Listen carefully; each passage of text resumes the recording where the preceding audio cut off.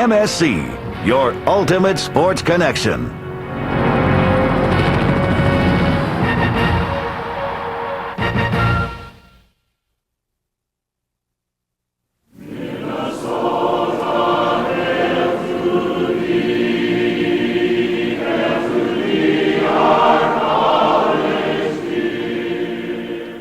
By the numbers, the 75th anniversary of Golden Gopher hockey is a salute to 4 national championships, to 9 conference titles, to a record 23 appearances in the NCAA Tournament, and to one man, the Godfather.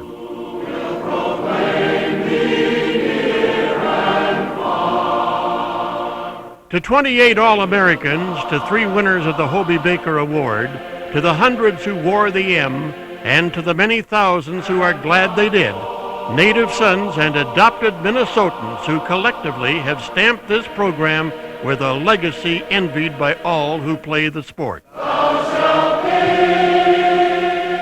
Tradition and trophies, championships and class. Minnesota's pride on ice. It's a slogan. It's a feeling. It's a way of life.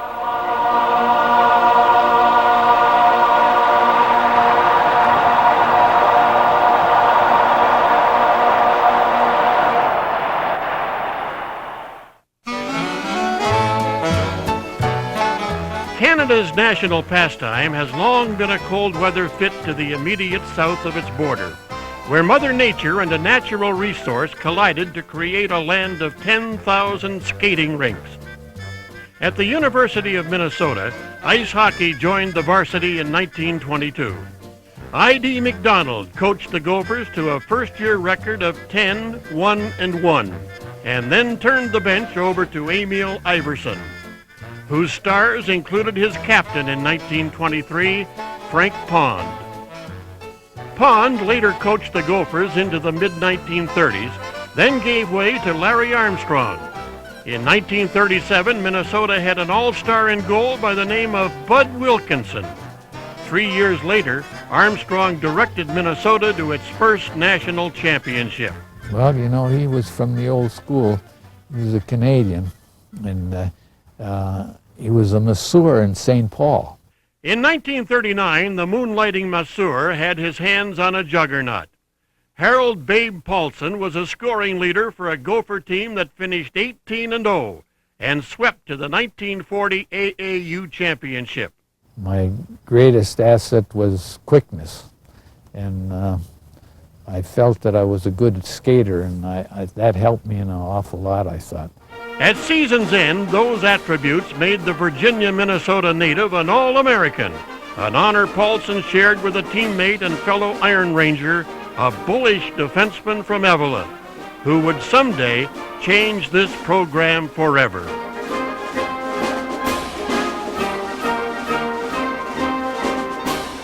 You know, he was a good football player, too. He played end for Minnesota. He was more interested in athletics than in academics, put it that way. John Mariucci's avid interest in athletics served him well. As an undergraduate, Mariucci was a 4-year letterman who captained the Gophers to that first national championship. From there, the American playing the Canadian game earned his postgraduate degree in the National Hockey League, carving out a successful career with the Chicago Blackhawks. In 1952, Mariucci returned to the university, this time as the head coach and a doctor of a most unique philosophy. Minnesota hockey would primarily become a land of opportunity for Minnesotans. What John Mariucci did not only for Minnesota hockey, but for American hockey is unparalleled. He really gave the American boy an opportunity to play, and he started with the Minnesota boy. John gave me the opportunity. I think I wouldn't be sitting here today talking with you and having the great job I have if it wasn't for John giving a Minnesota guy a chance. John would always say, I'm not anti-Canadian, I'm just pro-Minnesotan. In fact, Mariucci recruited both with a stipulation. In his day, it was commonplace for the national powers to field rosters replete with older Canadians. seasoned veterans from the junior leagues. I mean, there's guys coming in 30 years old. There's guys, I remember a couple guys in Michigan Tech were in their 30s. They had kids and whatever. What John was fighting with the Canadian people about wasn't that there shouldn't be any Canadians. It was there shouldn't be any 21 and 22-year-old Canadian freshmen. In contrast, Mariucci's recruits from north of the border were 18 on a competitive footing with the incoming freshmen from his own backyard. As a result, Minnesota's Pride on Ice has some solid Canadian building blocks. All-Americans such as Mike Pearson in 1958, Murray Williamson in 1959, and Lou Nanne in 1963. But the foundation is clearly Minnesotan. Every kid that's playing a high level of amateur hockey in this state, all the ones who've got scholarships to schools all over the place, I need to say to those young men that none of that would have happened without John. Herbie and I weren't the best players and that ever skated this earth, you know, but John let us play here. If John doesn't take Herbie, he takes some kid from Flin Flon. If he doesn't take Doug Woog, he takes some kid from Moose Jaw. Instead, most of Mariucci's kids had zip codes from Minnesota. And when those players grew up, his philosophy became gospel. A lot of you people are really on the threshold of joining a very select fraternity, a fraternity of ex-Minnesota hockey players, someone that's going to wear that M. There's nothing in your life that you'll find more proud, gentlemen. Let's get ready to go. Come on. Seemingly impossible, probably unprecedented, the evolution of the Mariucci mantra reached its zenith in the 1970s when the Gophers won 3 national championships with rosters comprised exclusively of home state players. Minnesota's Gophers were truly Minnesota's team, and they still are today, with a purist approach that would be commended even if they did not win, but they do, year in and year out. I think that people use the University of Minnesota and its purity relative to Minnesota players only as a guide. That's their thing that keeps the tradition alive. It's a program that encourages Minnesota kids, and it's a showcase.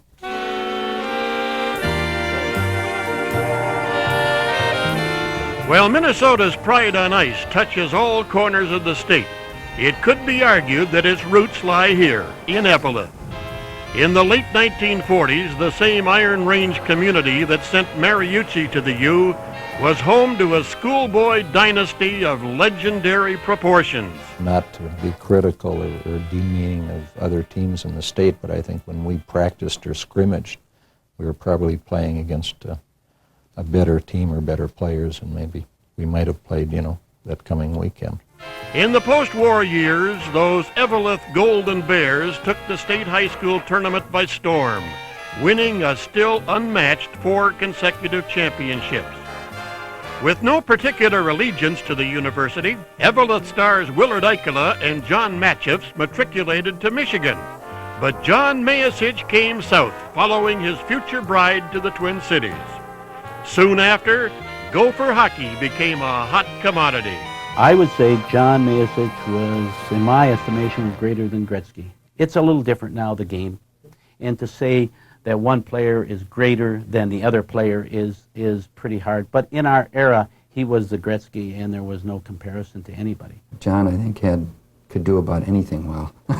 Any position outside a goalie. And he tried that once. In 4 years, John Mayasich turned the Gopher record book into his personal diary, setting standards for points and goals scored that still live today. Among the milestones, a 6-goal game against Winnipeg and an 8-point effort against Michigan. I like it said that I was one of many. To get the number of assists I had, you have to have some pretty good people out there putting it in the nets. Unquestionably, he did. In 1954, the Gophers boasted All-Americans in Mayasich, Ken Yackel, Jim Matson, and Dick Doherty. Dick could put the puck in the net, just had a sense of the game. You know, I'm not trying to compare him with Gretzky, but you know, Gretzky isn't what you call brilliant. He just happens to be there.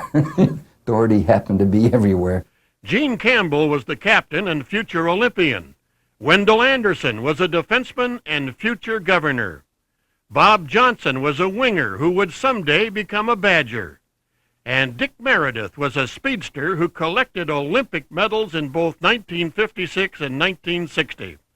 Led by the tandem from Eveleth, this impressive collection of talent put Gopher hockey on the map. When Mariucci came there in my sophomore years, the fans came there and more, not only to watch us, to watch Mariucci, because Mariucci was a show in himself. Mariucci replaced Doc Romness in the fall of 1952. By March of '53, the Gophers had won their first of back-to-back WIHL championships and finished second to Michigan in the NCAA Tournament.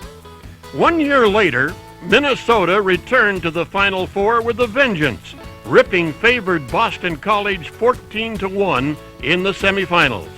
Only a hot goaltender and an overtime loss to RPI prevented a national championship. In all my career, I would say that that was the toughest thing to take. And Mariucci took it very hard. That's the first time I ever saw John cry. In 1955, John Mayasich ended his career as Minnesota's first two-time All-American. With the heart of those championship teams now departed, Mariucci needed reinforcements. An All-American by way of Winnipeg, Murray Williamson, was recruited at a pool hall in Eveleth. John came in and was sitting playing pool, and he said, "You want to go to school?" And I said, "To Minnesota." I said, "Well, I'm on my way to Michigan." He says, "Come on down and visit and see what we've got." I got down here and went to the ticket office, and they didn't have a ticket for me. John had forgotten. So I snuck into the game, and after the game I went down to the locker room, and I looked, there was John, looked at me and banged his head, and he said, "Geez, you forgot." As a recruiter, Mariucci offered opportunity. Behind the bench, he insisted on intensity. He demanded a lot, he was hard driving, but technically, tactically during the games, he was not, that was not his strong points, but his ability to get teams up to play hard, those were his skills. Play hard and be tough, just like their head coach. One of the players jumped over the board, slammed the door, and John's thumb was in there, and it just smashed her, you know. And everybody saw it, and they were all going like this, you know. Poor John. And of course, he wouldn't let out anybody. And turned around, "Marshall, you got a Band-Aid?" I said, "Yeah, I got one." So I started. I said, "Well, let me look at it." It looked like hamburger. And man, I would almost fainted myself looking at the thing. And I said, "Well, here, we better put something on." He said, "No, it's okay. Give me the Band-Aid." He put the Band-Aid on like nothing happened. And he was a tough guy. He really was. You know, he had his few favorites and never called you by your first name and always called you last name. One day he called me Pete, and I was happy. You know. Leather tough on the outside, warm on the inside, and as stubborn as a cowlick, particularly in defense of his program, Mariucci's fight to level the playing field continued when the WCHA was formed in 1959. We didn't even play everybody in our league. Mariucci and Armstrong from Denver were in this little bit about using older players, and so he just refused to play them. So here we have a league, WCHA, where Minnesota doesn't play Denver. You know, I mean, how can you do that? Like most pioneers, Mariucci was unconventional. He did it his way, and it worked. On the ice, his program turned out All-Americans virtually on an annual basis. In 1961, the Gophers again qualified for the NCAA Tournament. In the mid-'60s, Craig Falkman and Doug Woog twice led Minnesota to the mythical Big Ten championship. Yet Mariucci's impact will never be measured by wins and losses. It was his program then. In part, it still is, and always will be.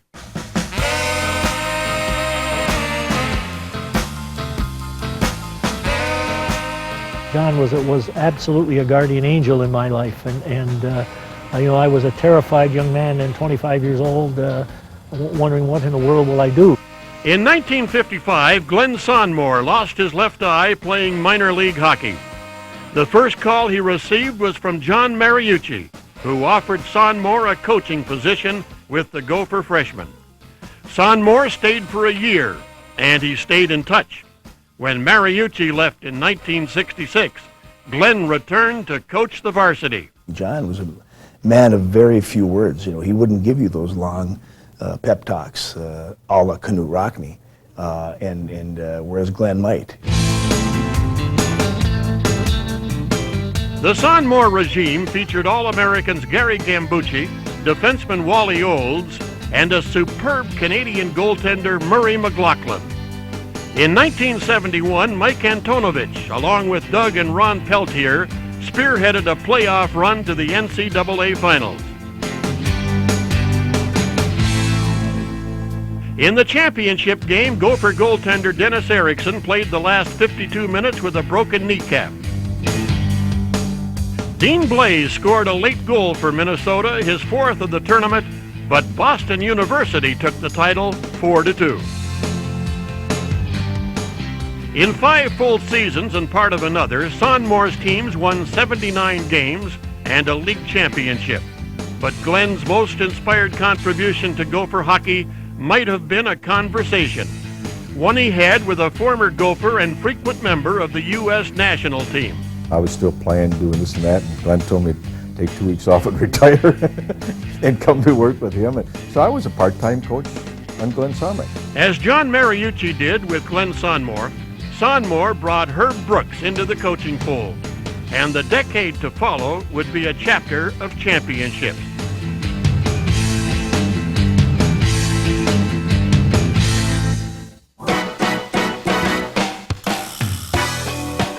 In spite of some brilliant individual play and their recent success in the NCAA Tournament, Gopher hockey in the early 1970s had fallen on hard times.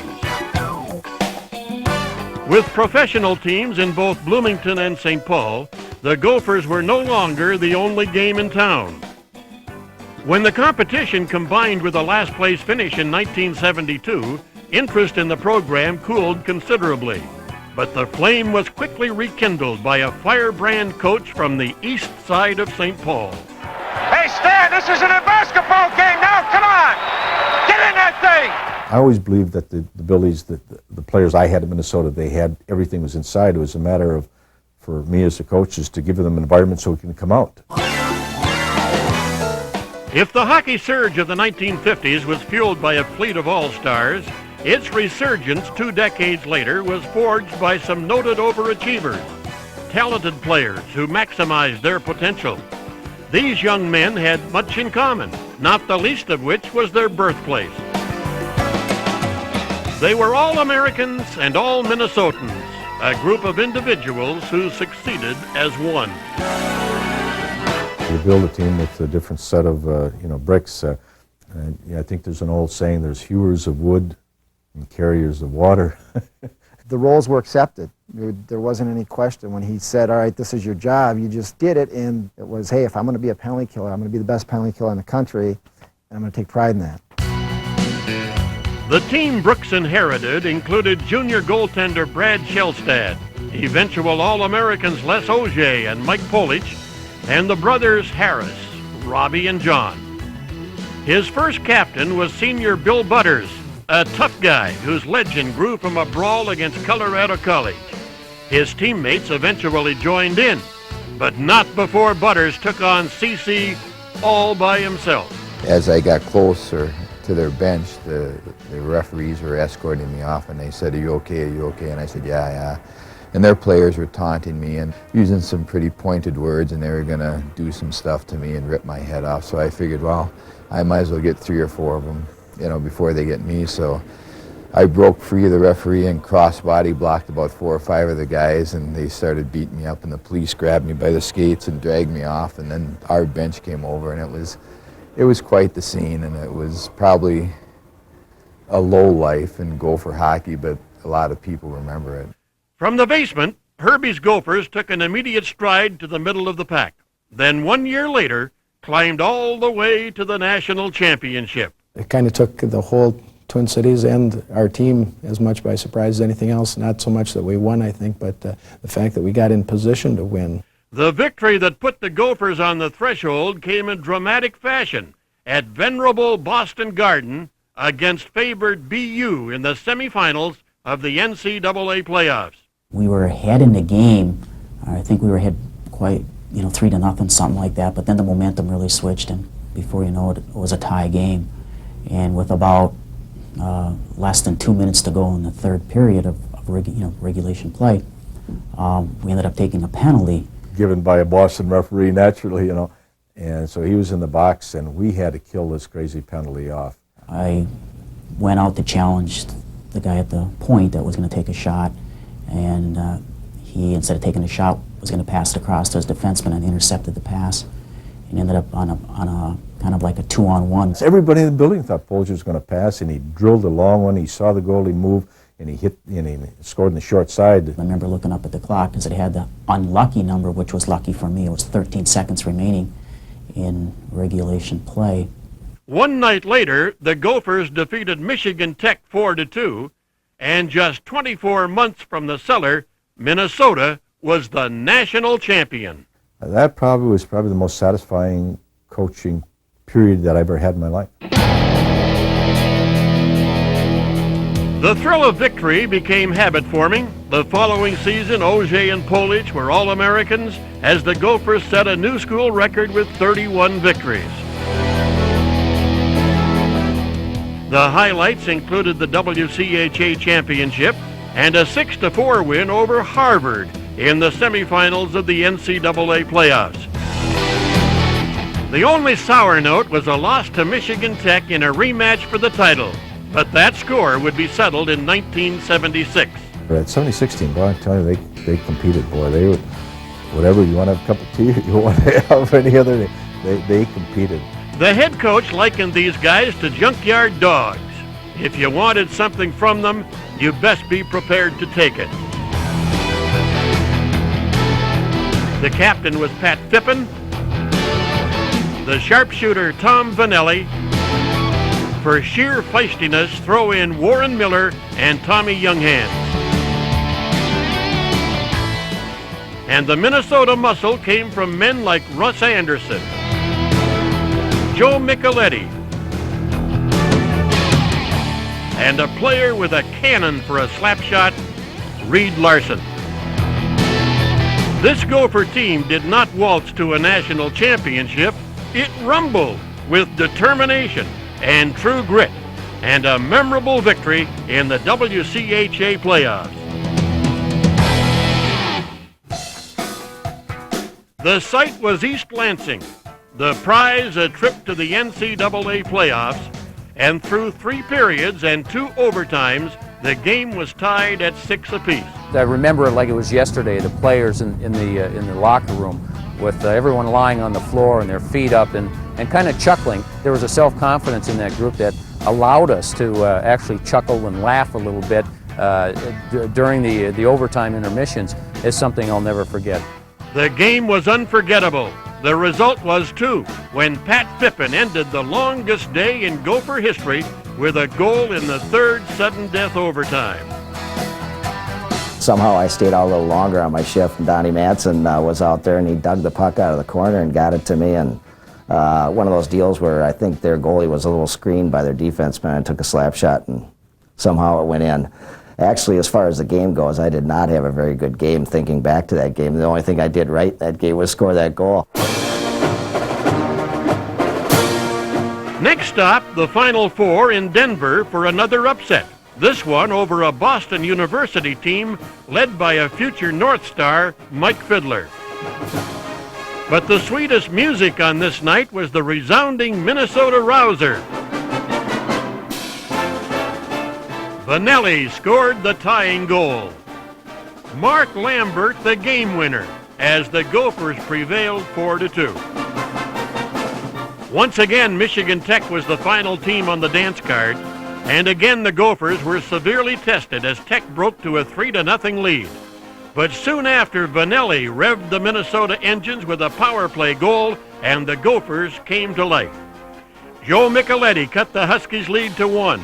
Then freshman Bill Baker, with an assist to Vanelli, tied the game at 3 apiece. Deadlocked at 4 in the 3rd period, Pat Fippen performed the heroic encore to East Lansing. When Warren Miller hit an open net, Minnesota had its 2nd national championship in 3 years.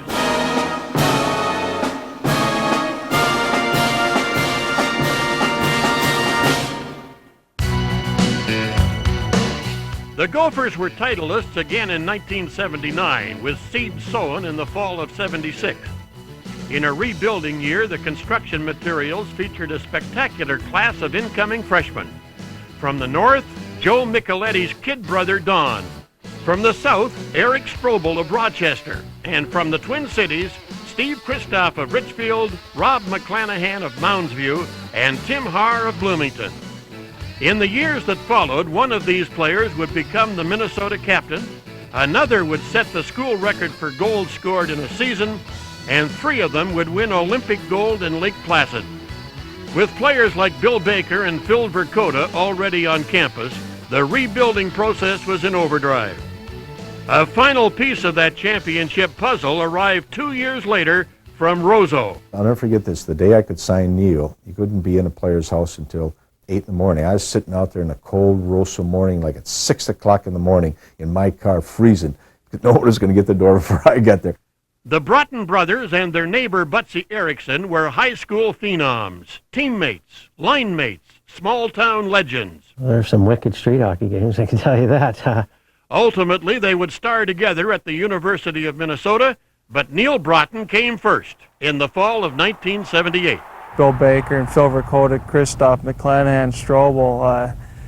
I mean, going to the locker room the first time was just overwhelming. You know, I was a freshman, and I was just hoping to make the team. Humble, unassuming, and supremely talented, Neil Broughton and fellow freshman Mike Ramsey were youthful additions to a roster laden with gifted upperclassmen.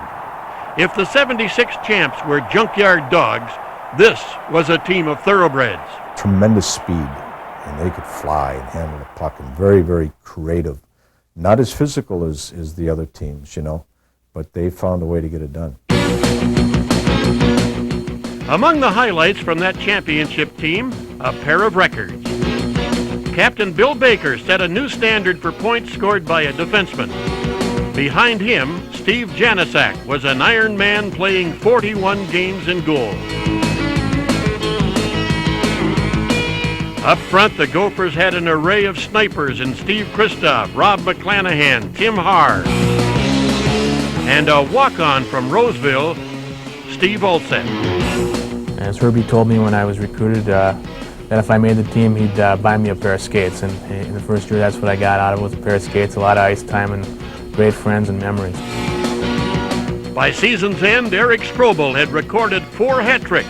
The most memorable, a 3-goal performance to beat New Hampshire in the semifinal of the NCAA playoffs. For the 4th time in 6 years, Minnesota would play for the national championship. And once again, its opponents would be a familiar foe. This time, league champion and neighbor to the west, North Dakota. In the regular season, the Gophers and Sioux had split twice. And through 2 periods for the title, they were as evenly matched as bookends.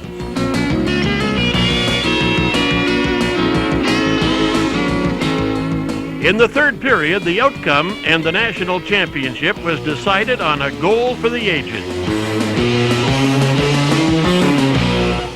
I don't really remember how it chipped out or got out, but once it was by their blue line, I just kind of dove and hit it. And the goalie kind of made a mistake. He comes sprawling out and went in. I think that made it, 4-2?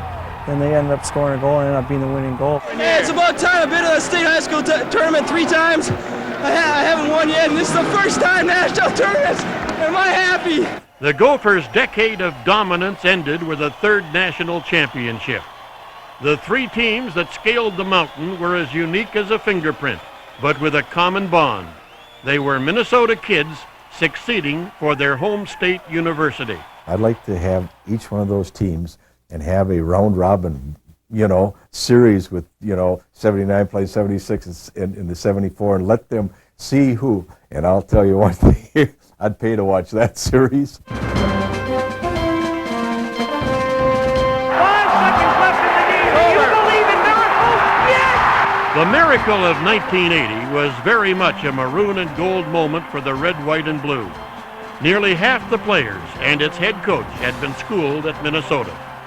While their victory was one of the astounding upsets of the 20th century, Golden Gophers on the international stage had long been commonplace.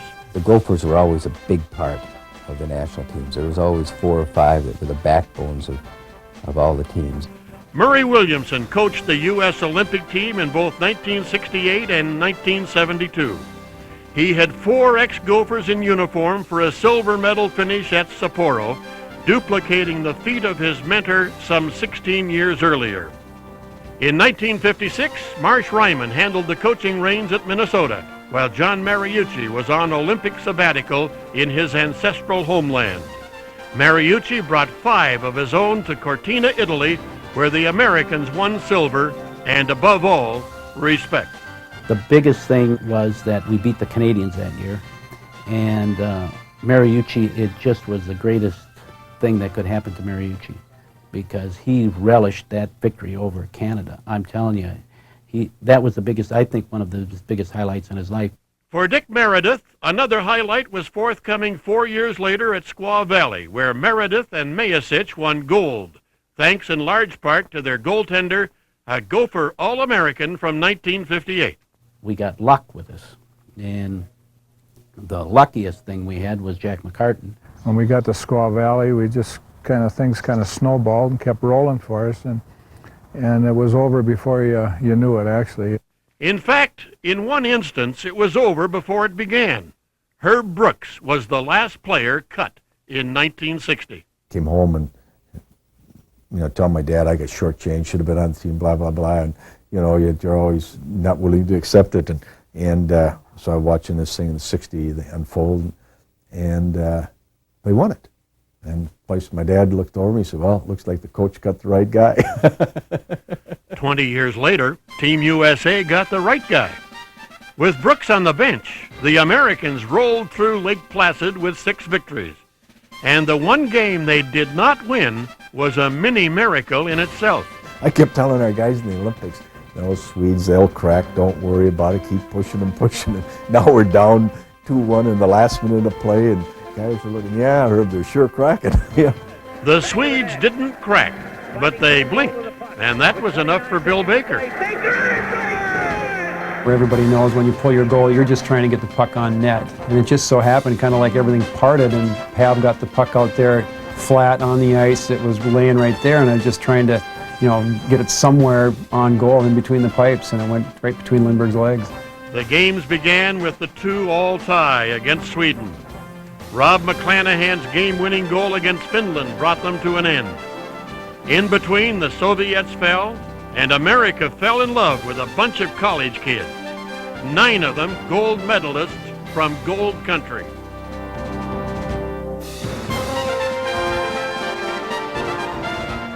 It was a real growing up year for a lot of players who were maybe overshadowed by the 80 Olympians.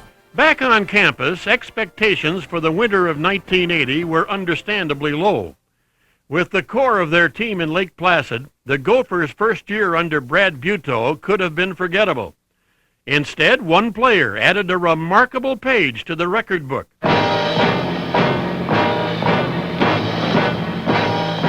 These men have something in common. They share a unique experience. They have stared down the barrel of the cannon at Williams Arena, and they have seen the horror show. Both I would just try to break into open ice, and then we have such great players over there that they'd always find you and just shoot the puck as quick as you can. To quote a broadcaster of some repute, he shoots, he scores, over and over and over again. In 41 games, All-American Tim Haar scored 53 goals, a record that is still in the books today. The 1979-1980 season was memorable, too, for the debut of Neil Broughton's Roseau line mates, Butsy Erickson and Neil's kid brother Aaron. Aaron Broughton broke in with 72 points. To this day, there are those who insist he really had 73. A Gopher team that wasn't supposed to win finished second in the WCHA, earning the right to host Northern Michigan in the first round of the NCAA Tournament. What followed was a 1-goal victory by Northern in a game that could have, perhaps should have, gone to overtime. The eyewitnesses are admittedly partisan, but their opinions are unanimous. This shot by Aaron Broughton was on net and through the net. A goal that didn't count, but should have. Oh, it went through the net. There wasn't any question about it. It was just it was a shot. Their goalie knew it. Everybody on the ice knew it except the referees. I gave Aaron the drop pass. It went through. Trust me, it went through.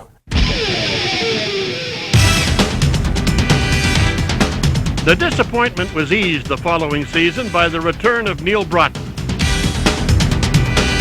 Reunited with brother Aaron and Butsy Erickson, the result was predictably explosive.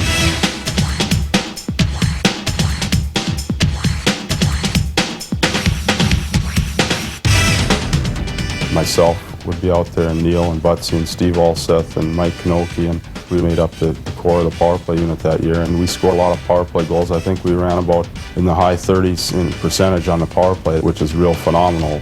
The Gophers that season scored 7 or more goals 17 times, winning 33 games and the league championship. Neil Broughton was an All-American. Steve Alseth was too.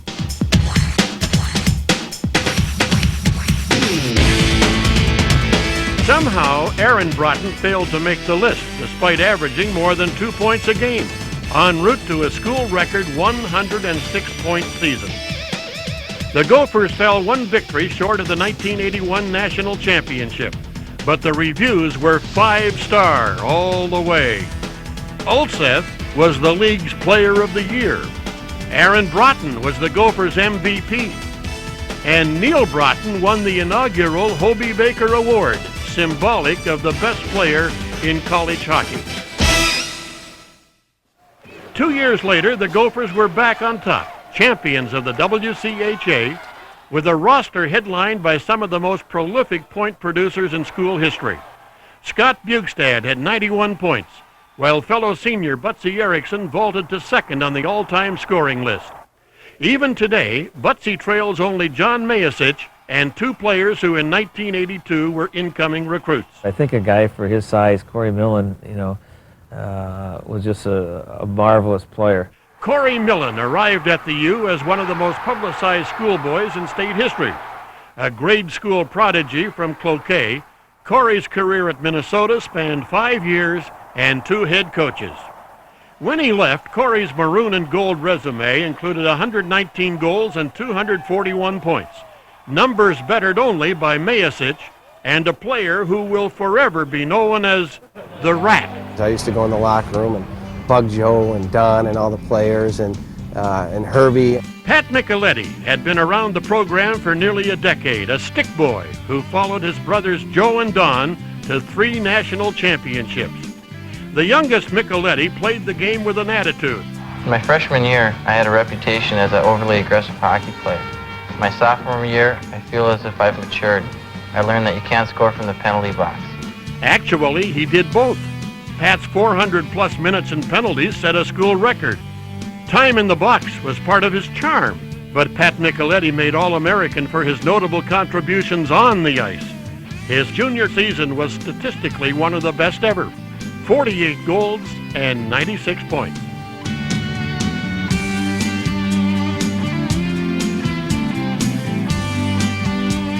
With an All-American, 2 captains, and 3 national championships, the Michelettis made their mark at Minnesota. I just consider myself blessed and very lucky because the university gave us, as a family, the opportunity for some very good things to happen. The message is from Joe Micheletti, but it could easily come from scores of others, fathers and sons and brothers, who made pride on ice a family tradition. And Meredith, Brooks and Peltier, Harris and Broughton, those are just a few of the names which appear more than once on the Gopher honor roll. When Minnesota chased the national championship in 1989, its captain was Todd Richards. Todd and his younger brother Travis are 1-3 on the all-time list of assists by defensemen. The '89 team also starred Murray Williamson's son Dean and the Hankinson brothers, Big Ben and Peter. I remember Doug Woogitz had kind of told Ben I had a little success as a freshman. He said, well, I don't know, Ben, if you want to come in and be in the shadow of your brother. Well, probably 3 games into Ben's freshman year, he got in a couple altercations, and soon enough he had the Big Ben fan club, and I was already in the shadows. Peter Hankinson was the last recruit in 1986, Doug Woog's second season behind the bench. A year earlier, the former All-American had guided the Gophers to a record number of wins and a stunning upset at BU in the first round of the NCAA playoffs. Woog's superb start would become the norm, his tenure bulging with postseason appearances and top 2 finishes in the WCHA. Still, amid the excellence, there are moments and players who stand up. Robbie Stauber in goal. The one night he made 4 breakaway saves against the Badgers in the third period. To me, that's a feat that's unheard of. It's like, okay, take another one. You know, where did our guys go? And Robbie, keep it going. Rob Stauber was recruited from the shadows of UMD, a Duluth native who set career records at Minnesota for both wins and games played. I remember going to UMD games and always seeing the Gophers come down and find ways to win, and just wanted to be part of that winning tradition, basically. Stauber was the Gophers' last line of defense for 2 conference championships.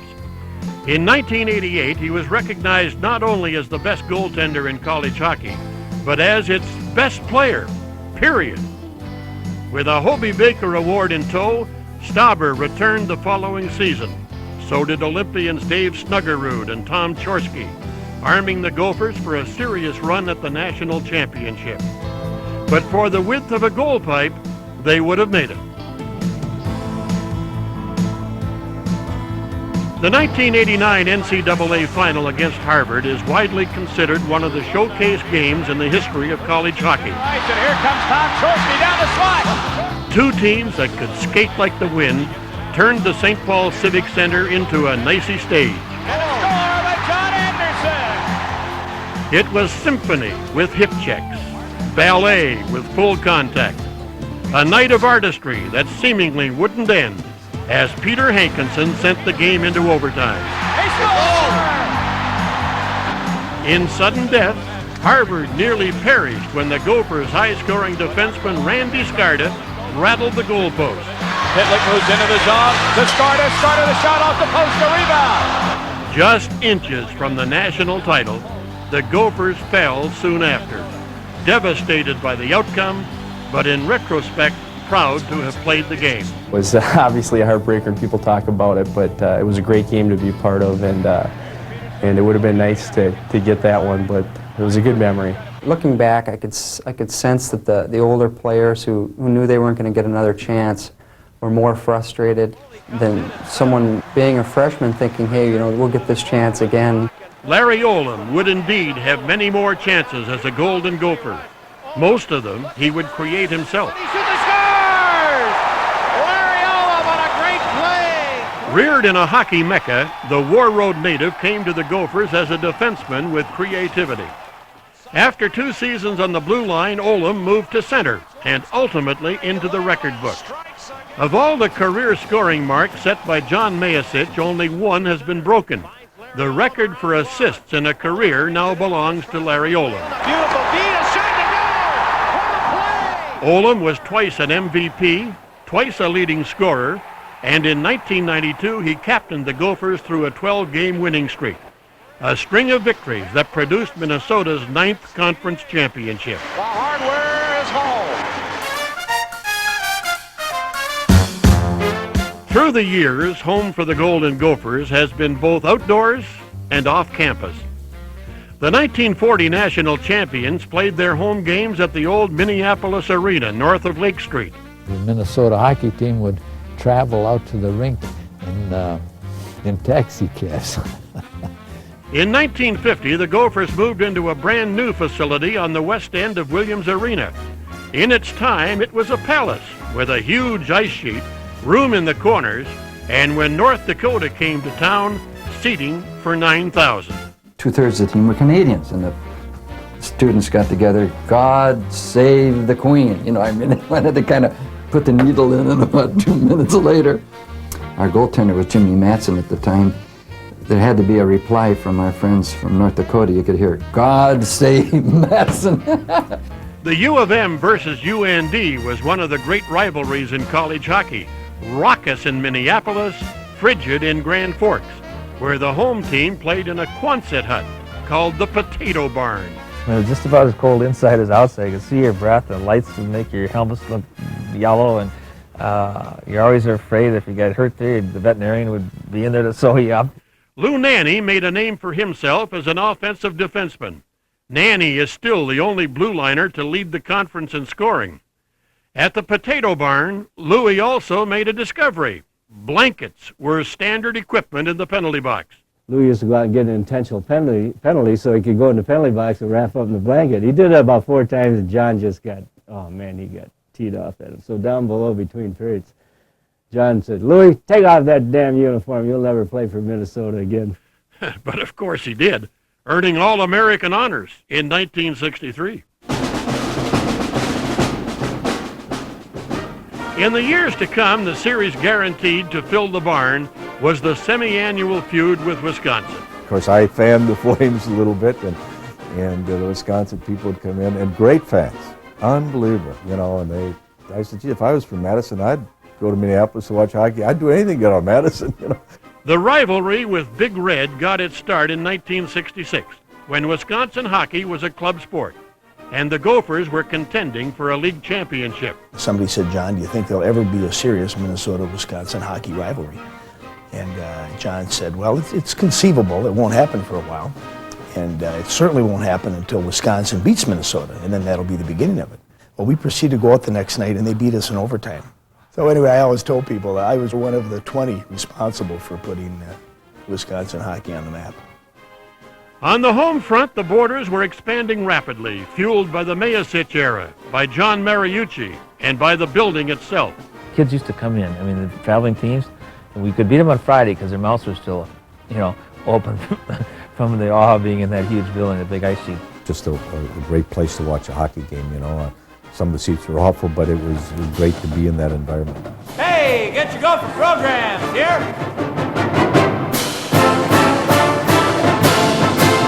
Maroon and gold, and the Minnesota Rousers. The sights and sounds on game night created an atmosphere that echoed from the basement to center ice and from one generation to the next. When you came up from underneath there to come up, it just gave you goose bumps off, and they had a tremendous effect on our team. I remember being so pumped up, you know, you just run up the stairs to the ice and, you know, a lap around the rink and then, you know, drop the puck and go. Scoring for Minnesota, number 19, Captain Kevin Hartful. To a man, the players remember the stairway, that long climb from their locker room down below. Goaltender Brad Shellstad remembers the windows. In those days anyways, we played a lot of Saturday afternoon games. We'd play a Friday night, Saturday afternoon series at home. And if it was a sunny day, there might be some glare coming off it. There's also a window behind the visitors bench on that side, and you could get some glare coming in down through that window. So I'd ask my mother to sit in front of that window to see if she could, you know, block some of the sunlight from creating a glare just inside the blue line. For 43 seasons, this building was Minnesota's window to college hockey, its home ice advantage, and home to all Americans, record setters, and champions. In 1985, the west end of Williams Arena was renamed in honor of John Mariucci. He said to his wife Gretchen, he says, "Gretch," he says, we have to get a mop and pail and clean this place up now that my name is on this." He said, if there should be anybody that the arena in Minnesota is named for, it should be John Mariucci. It's a shame he didn't get to see the new arena. The Godfather didn't live long enough to see his new home. In the fall of 1993, construction was completed on the new Mariucci Arena, a facility that is nationally acclaimed as the finest in all college hockey. The Gophers moved out with remnants of the past.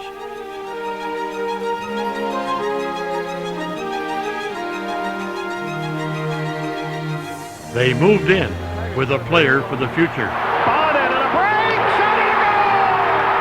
Like John Mariucci some 4 decades earlier, Brian Bonin was a schoolboy legend who turned a new arena into his magic carpet. Can he lead the country? He does!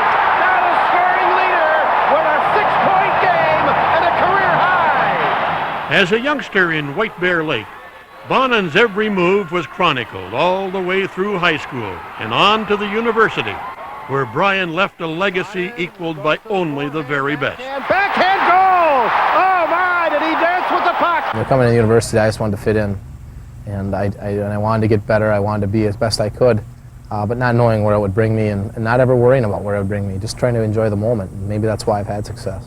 His teams won 2 WCHA playoff titles and made 4 appearances in the NCAA Tournament. Individually, he was the league's Player of the Year twice, and he was twice an All-American, an achievement matched only by Mariucci himself. Brian Bonen ended his career as the Gophers' 3rd winner of the Hobey Baker Award.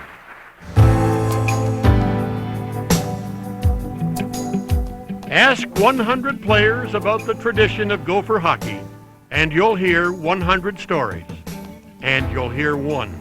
My Gopher days were probably the best of my life. I look back at hockey life, you know, and the fun and the camaraderie and things like that. I do cherish the university hockey program. It is a bond and it is a fraternity, and we're there to help each other if we possibly can, and we're excited for them when they win, and you know, we lose a little bit of ourselves when they lose, and but the bottom line is we're walking with them. You know, I told Glenn Sonmore the day that you came over to my house in southwest Minneapolis the spring of my senior year of high school and offered me that, you know, the letter of intent to, you know, to have a chance to play hockey at the University of Minnesota was really a childhood dream come true. I remember when I'd get all the recruiting letters and that from different colleges across the country, I'd wait for the one with the big gold M on it. It just meant so much more, and there was that mystique about Gopher hockey. And then when I'd go down to their games, I got the opportunity to watch a couple of games. I thought, my God, you know, are you going to be able to play at that level? And, you know, what a great thrill that would be. I know those kids who are playing right now are going to remember it their whole lives, and I hope none of them miss a step or do whatever they can do to make themselves as good as they can, because there's a lot of memories and a lot of great things that you cherish long after you're done. Now Kraft, a two-man break, bringing it in with Crowley. Backhand to goal! As the hockey program at the University of Minnesota began its 75th season, it did so with an All-American in the lineup and a roster of all Minnesotans. The tradition of Gopher hockey lives on. On its birthday, its 75 candles are lit by the hundreds who wore the M, by the thousands who watched its progress. As one, we salute their many achievements, the national championships and the conference titles, the gold medals, and the glory. We salute the All-Americans and all those who tried to be, the native sons and adopted Minnesotans who made this program what it is today. And in the end, we salute one man. Minnesota's pride on ice. It's not just a slogan. It's a way of life. It has been pretty doggone good.